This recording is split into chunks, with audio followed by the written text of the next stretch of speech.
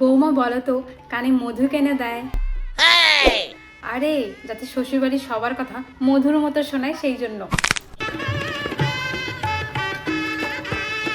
আরে মাম্মি, এটা কি করছেন? তোমার কানে মধু দিচ্ছি। মধু?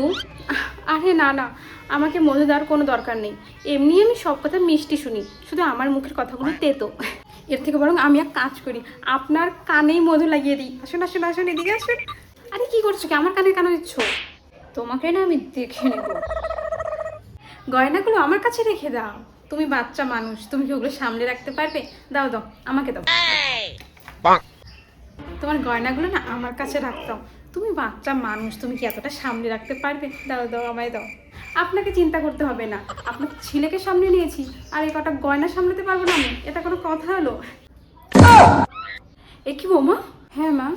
তোমার মানে এতটুকু ঘন্টা? মা আজকে তো ভীষণ গরম, এই জন্য না বেশি একটা ঘন্টা দিতে পারিনি। গরম পড়েছে তো কি হয়েছে, তাই বলে তুমি মাথায় ঘন্টা দিবে না? তুমি ভুলে গেছো এটা আমাদের বাড়ির ঐতিহ্য। এই ঘন্টাটাই আমাদের বাড়ির ঐতিহ্য। বড় করে ঘন্টা দাও, এতটা অব্দি ঘন্টাটা দাও। এ কি বৌমা, তুমি নাইটি কেন পরেছো? তুমি জানো না আমরা নাইটি পরি না? আরে সেটা তো আপনারা পরেন না, আমি থরি না আপনাদের পরিবারে কেউ, আমি তো অন্য পরিবার থেকে আসি, তাই না?